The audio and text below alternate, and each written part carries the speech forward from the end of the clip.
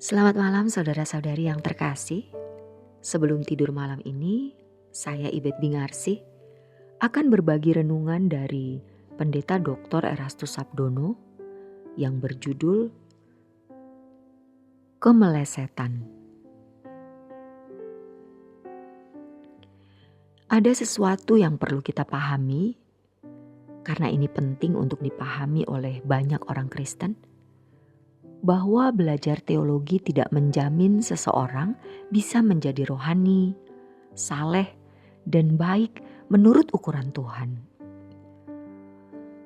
Tentu ini bukan berdasarkan dugaan atau pertimbangan pribadi karena melihat seseorang, melainkan berdasarkan pengalaman dari kehidupan pribadi seorang hamba Tuhan yang sejak kecil Kristen,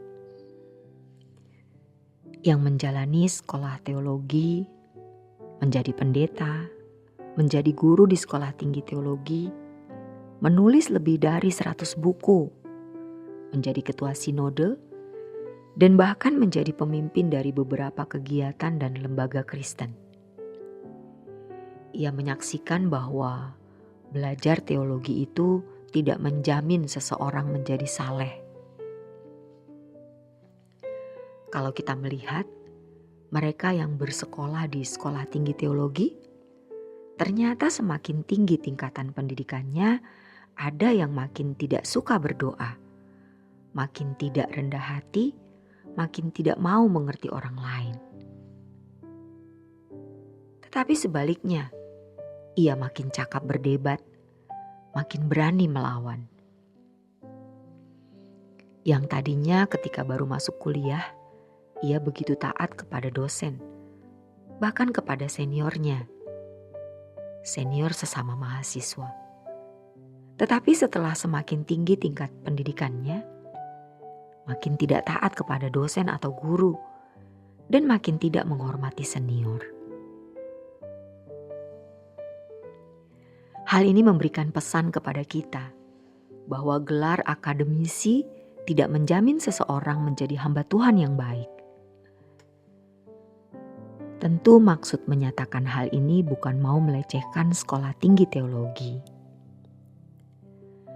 melainkan supaya jemaat jangan sampai tersesat, jangan sampai terkesima kalau seseorang memiliki gelar, apakah itu sarjana teologi, magister teologi, bahkan doktor teologi. Itu tidak menjamin kesalehannya, tidak menjamin kehidupannya yang baik, tidak menjamin kualitas hidupnya dapat membimbing umat untuk mengenal Allah. Gereja telah mengalami kemerosotan berabad-abad, dan itu dimulai dari Eropa. Mereka memiliki sekolah tinggi teologi yang sangat baik, yang memiliki kualifikasi akademis yang sangat baik. Dosen-dosen yang bergelar bukan saja doktor, melainkan profesor. Tetapi kenyataannya, mereka tidak dapat menyelamatkan masyarakat. Kekristenan mengalami kemerosotan dan bisa dikatakan ambruk. Gereja-gereja sepi, ditinggalkan jemaat. Penduniawian, sekulerisme, humanisme, dan berbagai isme lainnya telah menggantikan kekristenan dalam kehidupan masyarakat Kristen di dunia barat. Hal ini membuktikan bahwa pendidikan teologi ternyata tidak menjamin seseorang menjadi hamba Tuhan yang efektif menyelamatkan jiwa-jiwa sesuai dengan nafas amanat agung Tuhan Yesus. Kalau seandainya Tuhan Yesus hadir di bumi hari ini, kira-kira apakah ia membuka sekolah tinggi teologi? Barangkali karena kebutuhan dan tatanan dalam kehidupan di masyarakat, Yesus harus membuka sekolah tinggi teologi. Masalahnya, macam apa sekolah tinggi teologi yang dibangun Tuhan Yesus? Apa yang diajarkan olehnya? Apakah hanya menalar Allah sehingga membuat orang pintar berdebat? Kalau hanya belajar doktrin, belajar sistematika teologi, dan berbagai mata kuliah seperti yang diajarkan di sekolah tinggi teologi, dikhawatirkan tidak dilahirkan hamba-hamba Tuhan yang benar-benar menjadi utusan Kristus. Seperti contohnya adanya perdebatan di media sosial dari para pendeta, notabene para teolog. Hal tersebut tidak menunjukkan bahwa mereka memiliki manner atau perilaku sebagai hamba Tuhan Yesus. Dengan perkataan atau pernyataan mereka di media sosial tersebut, justru menunjukkan mereka tidak memiliki moral Kristiani yang agung. Dan itu benar-benar memalukan. Tetapi begitulah model teolog zaman sekarang, di mana kalau ia sudah bersekolah di sekolah tinggi teologi, tidak sedikit yang tata kramanya justru menjadi rusak, kesantunannya jadi hilang.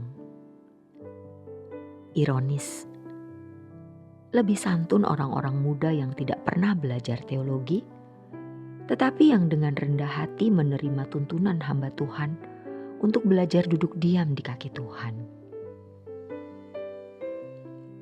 Tidak akademis, tetapi memiliki hati seperti Yesus. Kalau Yesus memiliki sekolah tinggi teologi, yang pasti menjadi mata kuliah utama adalah dirinya, hidupnya yang menjadi contoh yang harus diteladani. Jika tidak demikian, itu adalah sebuah kemelesetan. Mengatakan ini bukan berarti kita tidak perlu sekolah tinggi teologi. Tapi hendaknya sekolah tinggi teologi tidak menjadi segalanya. Kalaupun ada sekolah tinggi teologi, yang mestinya diutamakan dalam pendidikan itu adalah perubahan karakter. Maka di sekolah tinggi teologi harus ada contoh-contoh kehidupan manusia seperti Yesus. Kalau bukan ketua dan dosen-dosennya, lalu siapa? Tentu ketua dan dosen-dosennya yang harus menjadi role model dari pribadi Yesus. Mata kuliah utama dalam kehidupan kita adalah diri Tuhan Yesus. Hidup Tuhan Yesus yang menjadi contoh yang harus kita teladani. Jika tidak demikian, maka itu adalah sebuah kemelesetan. Demikianlah renungan malam kali ini. Kiranya renungan ini memberi pencerahan bagi kita semua. Selamat beristirahat dalam berkat Tuhan.